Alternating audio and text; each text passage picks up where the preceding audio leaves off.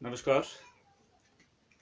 तो बच्चों, आज हम +2 कक्षा का मैथमेटिक्स की अगली कड़ी में मैट्रिक्स मेथड का प्रयोग आप देख रहे हैं। हमने यहाँ पे लिखा है मैट्रिक्स मेथड। ठीक है जी। मैट्रिक्स मेथड का प्रयोग सिस्टम ऑफ जो लीनियर इक्वेशंस होती है। ठीक है जी। लीनियर इक्वेशंस में आपने छोटी कक्षाओं में पढ़ा है, जिसमें जो हमारे पास वेरिएबल्स होते हैं जैसे एक्स वाई जेड, इनकी मैक्सिमम पावर कितनी होती है? 1 होती है। आपने इससे पहले भी 4.1, 2, 3 इस तरह से उसमें आपने सीखा है कि कैसे डिटर्मिनेंट निकाले जाते हैं, माइनर फैक्टर, को फैक्टर, एडजॉइंट, ए इनवर्स, ये सब कुछ आप पहले पढ़ चुके हैं। आज हम एग्जाम के पॉइंट ऑफ व्यू से जो क्वेश्चन 100% आता है मैट्रिक्स मेथड वाला, जिससे हम लीनियर इक्वेशंस को सॉल्व करते हैं। ठीक है जी। मतलब एक्स बाई जेड की वैल्यू निकालनी है हमने, किस मेथड के द्वारा? Matrix method. तो इसको अच्छे से दिमाग में बैठाना है। क्वेश्चन कैसा आएगा आपको? Solve the system of equation by matrix method. Exam में आपको ये कितने मार्क्स का आएगा? 6 मार्क्स का। ठीक है जी। तो ये बहुत ही इंपॉर्टेंट क्वेश्चन है। तो आगे हम इसको अब शुरू करते हैं कि कैसे लीनियर इक्वेशंस को सॉल्व करते हैं। अब सिंपल सी बात है, जब इक्वेशंस आपके पास दी है, ठीक है जी, और मेंशन है मैट्रिक्स मेथड, तो आपको उसके लिए मैट्रिसेस बनानी पड़ेगी। सीधी सी बात है, तभी मैट्रिक्स मेथड यूज होगा। तो पहले ये जो हमारे पास इक्वेशंस है, इनको हम कन्वर्ट करेंगे मैट्रिक्स की फॉर्म में। अब क्या क्या देख रहे हैं, देखो आपके पास 3 इक्वेशंस है, पहली, दूसरी और तीसरी इक्वेशन। ठीक है जी। इसको आप अपनी एक्सरसाइज 4.6 में ढूंढ भी सकते हैं। फिर आप ध्यान से वहां देख सकते हैं, राइट साइड है तीनों में, इसका मतलब एक मैट्रिक्स बनेगी राइट साइड वाले एलिमेंट से।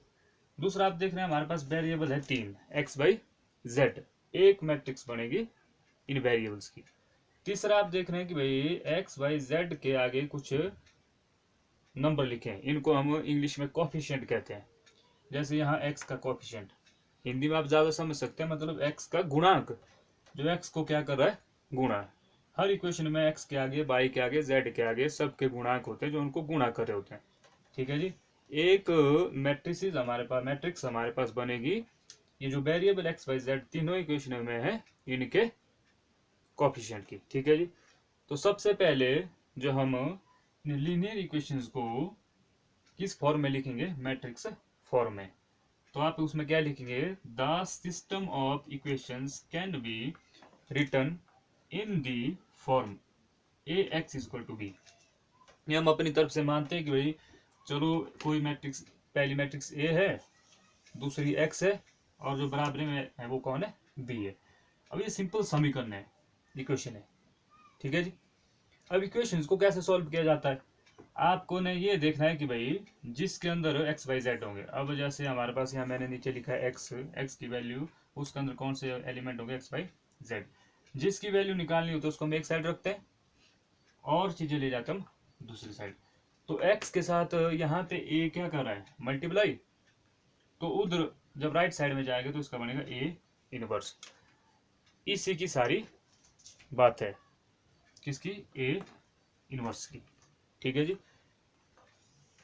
ये जो ए इनवर्स है, ये मैट्रिसेस में कैसे निकाला जाता है, इसी पर सारा क्वेश्चन डिपेंड है। जब तक ए इनवर्स नहीं आया तब तक आपका आगे काम नहीं होगा। तो इसलिए आपने इससे पहले भी कई क्वेश्चंस में ए इनवर्स निकालना सीखा है। इसमें भी ए इनवर्स तक ही मेन क्वेश्चंस है। ठीक है जी। अब हम कैसे मैट्रिक्स बनाएंगे? अब हम क्या लिखेंगे? तीनों मैट्रिक्स को अलग अलग फॉर्म में लिखेंगे। अब बात ये आई कि भाई जो मैट्रिक्स ए है, ठीक है जी, उसके अंदर कौन से एलिमेंट आएंगे? अब यहाँ ध्यान दे, अगर ये गलत हो गई तो क्वेश्चन गलत हो जाएगा। मैट्रिक्स ए के अंदर आपके पास एलिमेंट कौन से आएंगे? जो पर हमारे पास हर इक्वेशन में एक्स वाई जेड के अंदर उनके जो कोफिशिएंट है वो मैट्रिक्स ए के अंदर आएंगे। अब मैट्रिक्स में होती है रो, और इसमें समीकरण में हमारे पास जैसे इक्वेशन 1 2 3 है, तो रो वन को बनाएंगे समीकरण नंबर 1 के कोफिशिएंट। तो आप ध्यान से देखो, यहाँ हम रो 1 बनाने जा रहे हैं, तो रो 1 में देखेंगे हम उसको बनाने के लिए जाएंगे हम इक्वेशन 1 के पास। यहाँ पे x के आगे आपको कुछ दिख रहा है, आप बोलेंगे x के आगे तो कुछ नहीं है। तो जिन वेरिएबल्स के आगे कुछ नहीं होता, वेरिएबल्स होना चाहिए पर x है यहाँ पर, x के आगे कुछ नहीं होता, तो जिसके आगे कुछ नहीं होता उसका कोफिशिएंट होता है 1। तो यहाँ पे x का कोफिशिएंट कितना आएगा आपके पास, 1 आएगा। ठीक है जी। उसी तरह से फटाफट y के आगे, यहाँ मिस्टेक बच्चे बहुत करते हैं, क्योंकि यहाँ y के आगे माइनस का निशान है, वो इतना तो सुन लेते कि भाई जिसके आगे कुछ नहीं होता वो 1 आता है, लेकिन माइनस का निशान लगाना भूल जाता है। तो y के आगे यहाँ 1 है, साथ में माइनस का निशान है, तो आगे -1। उसी तरह z का कोएफिशिएंट कितना है, 1। तो इक्वेशन 1 ने हमको दी रो 1, इक्वेशन सेकंड हमको देगी रो 2। तो अब फटाफट आप देख सकते हैं, क्योंकि जब आप +2 में पहुंचे तो आपको कोएफिशिएंट के बारे में नॉलेज होगा, ये हम मान के चलते हैं। तो यहाँ x का कोएफिशिएंट कितना है जी, 2 है, y का कोएफिशिएंट 1 और z का कोएफिशिएंट -3। ठीक है। उसी तरह से रो 3 में x का कोएफिशिएंट 1, y का कोएफिशिएंट 1, z का कोएफिशिएंट 1। ओके। ये मैट्रिक्स बनाना सबसे इम्पोर्टेंट है, मैट्रिक्स ए को बनाना, क्योंकि सारा काम मैट्रिक्स ए पर ही होगा, क्योंकि ए से ही हमारा ए इनवर्स निकलेगा। जितना भी काम होगा वो सब मैट्रिक्स ए पर होगा, तो ये गलत ना बने, इस पर विशेष ध्यान दें। दूसरा आपके पास मैट्रिक्स बी, तो मैट्रिक्स बी के लिए हमने कहा जो राइट साइड के एलिमेंट है हर इक्वेशन में, तो फर्स्ट इक्वेशन में राइट साइड का एलिमेंट है कितना, 4, और इक्वेशन सेकंड का 0, और इक्वेशन थर्ड का 2, और x के अंदर हमारे पास वेरिएबल की मैट्रिक्स होगी जिसके अंदर एलिमेंट होंगे x y z। ठीक है जी। तो अब ए इनवर्स कैसे निकाला जाता है, ए इनवर्स, इसके बारे में आपने सीखा भी होगा। तो ए इनवर्स के लिए हमारे पास कुछ मेथड है, कुछ और चीज़ें हैं छोटी छोटी, जिनको आपने हर एक्सरसाइज में अलग अलग से समझा भी है। तो सबसे पहले ए इनवर्स के लिए कंडीशन है, उसके लिए हमें निकालना पड़ता है मैट्रिक्स ए का डिटर्मिनेंट, मतलब सारा काम मैट्रिक्स ए के साथ ही होगा। तो मैट्रिक्स ए का डिटर्मिनेंट कैसे निकाला जाता है ये आपने सीखा है। इसको हम एक्सपेंड करते हैं, कोई भी रो लो या कोई भी कॉलम, जिसको भी आप, जिसके भी अकॉर्डिंग आप एक्सपेंड करेंगे इस मैट्रिक्स को, उस रो या कॉलम को आप फिक्स रखेंगे। ठीक है। जैसे कि हम रो 1 के अलोंग इसको एक्सपेंड करेंगे, तो मैं क्या करूंगा, रो 1 के एलिमेंटों को बंद कर दूंगा। ठीक है जी। अब कैसे डिटरमिनेंट निकाला जाता है, तो रो 1 में आप देखते हैं जो पहला एलिमेंट है उसको बोलते हैं हम क्या, A11। ठीक है। A11 का मतलब फर्स्ट रो फर्स्ट कॉलम। आपने क्या करना है, पहली रो पहला कॉलम इसको बंद कर देना है, लेकिन साथ में ध्यान दे जिस रो के अलोंग आप एक्सपेंड कर रहे हैं उसके एलिमेंट को भी बाहर लिखना है। तो रो 1 का पहला एलिमेंट क्या लिखना है, पहले लिख देना है 1, उसके बाद आप ब्रैकेट लगाएंगे। ये चीज़ अब इम्पोर्टेंट है। A11 मतलब फर्स्ट रो फर्स्ट कॉलम, बंद कर दिया। कौन सा एलिमेंट बचा आपके पास, 1 1 -3 और 1। अब यहाँ मल्टीप्लाई कैसे की जाती है, डिटर्मिनेंट में आपने सीखा है, ऐसे नीचे।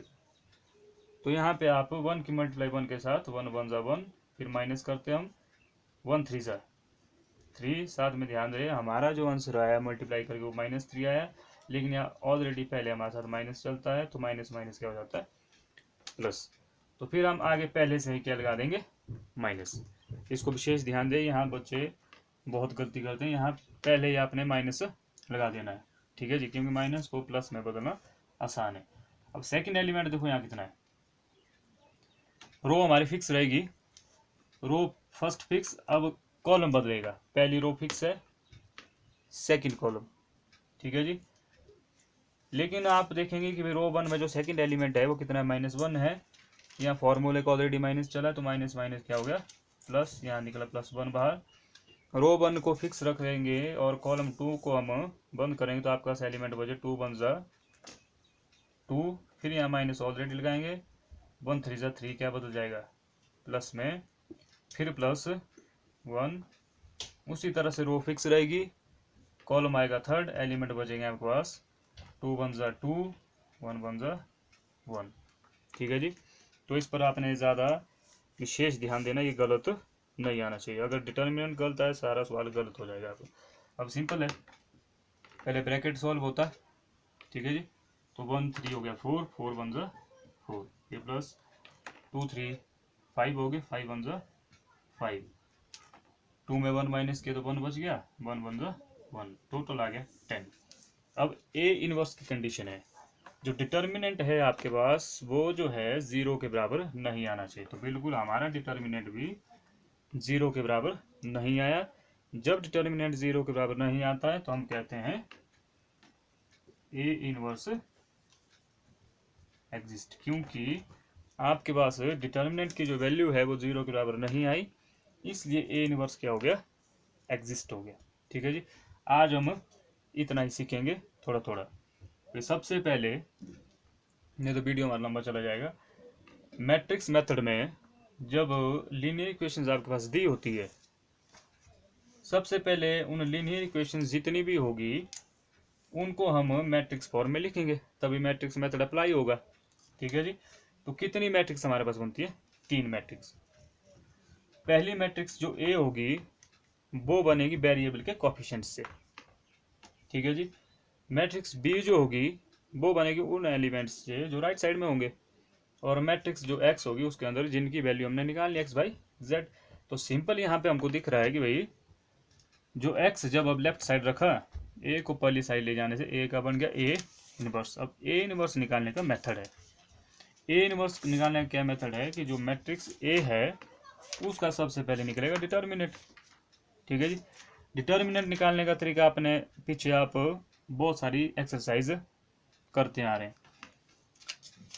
अब इसमें किसी भी रो या किसी भी कॉलम के अलोंग आप इसको एक्सपेंड कर सकते हैं। हमने रो 1 को लिया तो रो 1 आपकी फिक्स रहेगी।